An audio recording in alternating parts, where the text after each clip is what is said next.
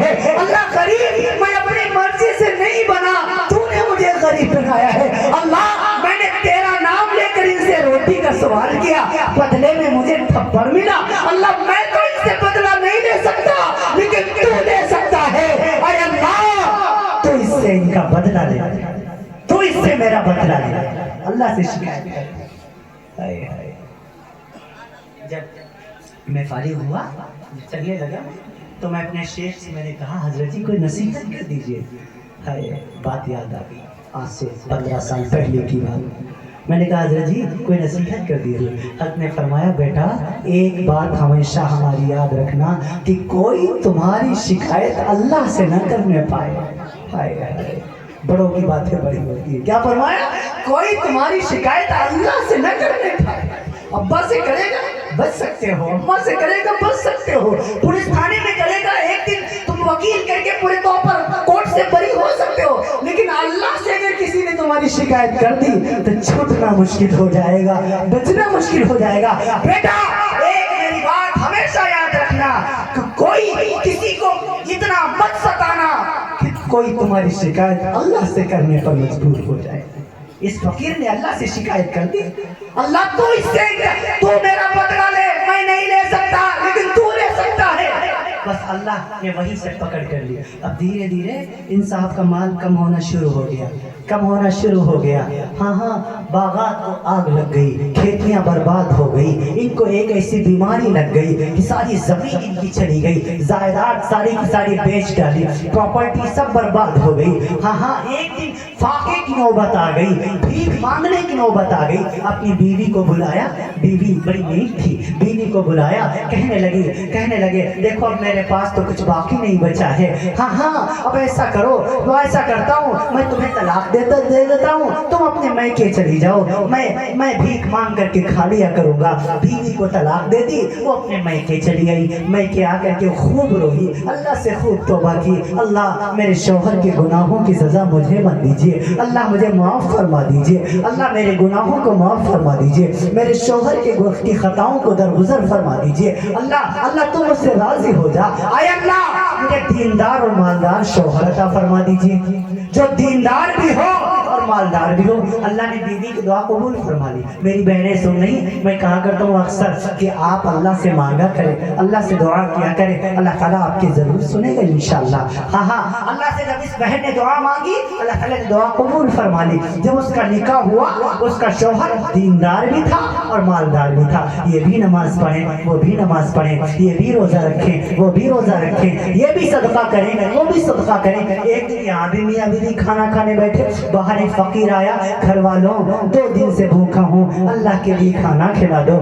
شوہر نے کہا اپنی بیوی سے جائیے پہلے فقیر کو دے آئیے، وہ بیچارہ غریب ہے، پتہ نہیں کتنے دن کا بھوکا ہے، ہم لوگ تو دوپہر میں کھا چکے ہیں، صبح ناشتہ بھی کیا ہے، اس بیچارے نے پتہ نہیں کتنی دیر سے نہیں کھایا ہے، لے جاؤ اسے پہلے کھانا دے دو۔ بیوی نے جلدی سے ایک تھال میں جلدی سے سارا کھانا نکالا، اور ایک کمرہ، دوسرا کمرہ، تیسرے کمرے کے بعد فقیر کھڑا ہوا تھا۔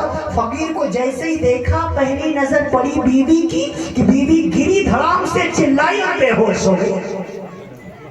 اب بے ہوش ہو گئی، جب آواز سنی ادھر شوہر نہیں آنے کی، بیوی چلائی ہے، بھاگ کے آیا کہ دیکھو کہیں کچھ فقیر نے تو کچھ نہیں کر دیا۔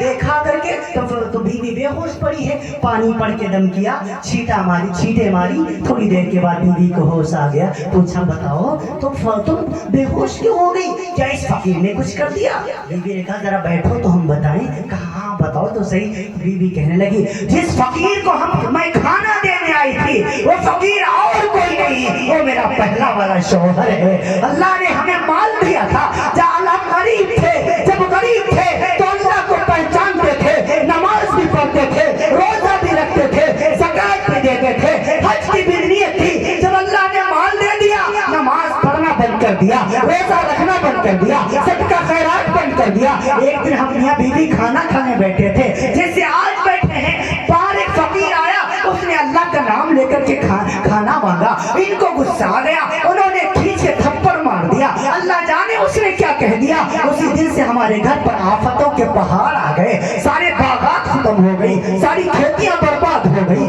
گھر میں فاقوں کی نوبت آ گئی۔ بیویوں نے مجھے طلاق دے دی، میں اپنے میکے چلی آئی، میکے آ کر میں خوب روئی، اللہ مجھے دیندار و مالدار شوہر عطا فرما دیجئے، آپ سے نکاح ہو گیا۔ شوہر میاں نے کہا اب ذرا ہماری سنو، کہا اچھا تمہاری کیا سنے؟ تو کہا ہاں ہاں، کہنے لگے جس فقیر کو اس نے تھپڑ مارا تھا وہ فقیر اور کوئی نہیں، وہ میں ہی تھا، اللہ نے اس کا مال بھی مجھے عطا کر دیا، اس کی بیوی بھی ہمیں عطا کر دی، قُلِ اللَّهُمَّ مَالِكَ الْمُلْكِ تُؤْتِي الْمُلْكَ مَن تَشَاءُ وَتَنزِعُ الْمُلْكَ مِمَّن تَشَاءُ وَتُعِزُّ مَن تَشَاءُ وَتُذِلُّ مَن تَشَاءُ بِيَدِكَ الْخَيْرُ إِنَّكَ عَلَى كُلِّ شَيْءٍ قَدِيرٌ تُولِجُ اللَّيْلَ فِي النَّهَارِ وَتُولِجُ النَّهَارَ فِي اللَّيْلِ وتخرج الحي من الميت وتخرج الميت من الحي وترزق من تشاء بغیر حساب۔ اے لوگو، عزت دینے والا اللہ ہے، ذلت دینے والا اللہ ہے، مالداری دینے والا اللہ ہے، فقیری دینے والا اللہ ہے، بادشاہت دینے والا اللہ ہے، جوانی دینے والا اللہ ہے، بڑھاپا دینے والا اللہ ہے، ساری کائنات کا خالق و مالک اللہ ہے۔ اپنے اللہ کے باغی نہ بنو، اپنے گناہوں سے توبہ کرو، اللہ گناہوں کو معاف فرمائے گا، اپنے گناہوں سے سچی توبہ کرو، انشاءاللہ رب گناہوں کو معاف فرمائے گا۔ ہاں ہاں، چاہے جتنے ہم گنہگار ہو جائیں، میرے ایک حدیث قدسی یاد آ رہا ہے، میرا اللہ فرماتا ہے اے میرے بندے تو اتنے گناہ کر کہ تے بتے ان کو رکھتا چلا جا، پھر میرے آسمان کی چھت کو لگا دے اور ایک مرتبہ مجھ سے کہہ دے اللہ معاف کر دے، اللہ فرماتا ہے میں سارا ہی معاف کر دیتا ہوں، لا وبالی، مجھے بالکل بھی کوئی حیا نہیں آتی، میں تجھ سے نہیں پوچھوں گا تو اب کیوں آیا، اب بوڑھا ہو گیا کیوں آیا، کمزور ہو گیا کیوں آیا، 40 سال کے بعد کیوں آیا؟ فرمائے نہیں، اے لوگو توبہ کرو، توبو الی اللہ توبۃ نصوحا، اے لوگو اللہ سے توبہ کرو، التائب من الذنب کمن لا ذنب لہ۔ اللہ تعالیٰ کے محبوب فرماتے ہیں جب کوئی بندہ اپنے گناہوں سے توبہ کرتا ہے وہ گناہوں سے ایسا پاک ہو جاتا ہے جیسے اس نے گناہ کیا ہی نہیں تھا۔ اے لوگو کل بنی آدم خطاؤون، تمام کی تمام اولاد آدم خطا کار ہے، خیر الخطائین التوابون، تم میں اچھا وہ ہے جو اپنی گناہوں کی اپنے رب سے معافی مانگا کرے۔ اے لوگو محبت کے ساتھ زندگی گزارو، نفرت میں کچھ نہیں رکھا ہے، محبت کے ساتھ زندگی گزارو۔ شب بارات آتی ہے، شب بارات کے موقع پر، لیلۃ القدر کے موقع پر، رمضان کے مہینے میں اللہ تعالیٰ گناہوں کو معاف فرماتا ہے، لیکن ایسے دو شخصوں کے گناہوں کو اللہ معاف نہیں کرتا جو آپس میں رنجش رکھتے ہو، آپس میں دشمنی رکھتے ہو، آپس میں عداوت رکھتے ہو۔ اللہ فرماتا ہے ان دونوں کو ان کے حال پر چھوڑ دو، جب تک یہ صلح نہ کر لیں گے تب تک ہم ان کی کوئی بخشش نہ کریں گے۔ اے لوگوں گناہوں سے اپنے آپ کو بچاؤ، چاہے کتنے ہم گنہگار ہو جائیں، اللہ کی رحمت سے نا امید نہ ہو، لا تقنطوا من رحمت اللہ، اللہ کی رحمت سے نا امید نہ ہونا۔ تھوڑی دیر اور آپ کے درمیان میں رہوں گا۔ ہمارے عزیز بھائی نے کہا تھا، ایک واقعے کی طرف اشارہ کیا تھا، آپ اسے ضرور عرض کر دیجئے گا، نیٹ کے ذریعے سے آپ تک وہ پہنچ چکا ہوگا، لیکن یہاں پر میں اس کو عرض کر دینا ضروری سمجھتا ہوں، کیونکہ پچھلی بار بھی مجھ سے کہا گیا تھا لیکن میرے ذہن میں نہیں آیا، اللہ تعالیٰ نے اس بار ڈال دیا ہے۔ عرض کر دوں، مغرب یہ ایک بڑا سبق آموز بھی ہے، اس میں نصیحت بھی ہے اور ایک پیغام بھی ہے کہ دیکھو چاہے جتنے بڑے گناہ کر لیں، چاہے جتنے گناہ کر لیں، ہمارے لیے ابھی توبہ کا دروازہ کھلا ہوا ہے، لہذا توبہ کرنے سے اللہ تعالیٰ گناہوں کو معاف فرما دیتا ہے، پھر زندگیاں تبدیل ہو جاتی ہیں۔ دارجلنگ مغربی بنگال کا ایک خوبصورت شہر ہے، میں اکثر میرا جانا آنا رہتا ہے۔ 2016 میں سب سے پہلی مرتبہ میرا وہاں پہنچنا ہوا تو باغ ڈوگرا ایئرپورٹ سے جو صاحب مجھے لینے کے لیے آئے تو انہوں نے مجھے ایک عجیب بات بتائی کہ لگے حضرت جی جس محلے میں یہ شہر کے جس محلے میں آج آپ کا بیان ہے وہاں پر ایک صاحب ایسے ہیں کہ آج سے 15 سال پہلے کوئی ایسا گناہ نہیں تھا جو نہ کرتے ہوں۔ ہاں وہ شراب کے اتنے عادی تھے کہ ہر وقت شراب کے نشے میں مست رہتے تھے، ماں باپ کو گالیاں دینا ان کا کام تھا، اپنے ابا کو گالی دینا، ماں کو گالی دینا، بہنوں کو ستانا، پڑوسیوں سے مار پیٹ کرنا، یہی ان کی زندگی کا مشغلہ تھا۔ بڑے باپ کے بیٹے تھے، بگڑ گئی تھی اولاد، ان کا نام اعزاز تھا۔ حضرت جی آپ ان سے ملاقات آج کریں گے تو آپ پہچان نہیں پائیں گے کہ وہی صاحب ہے۔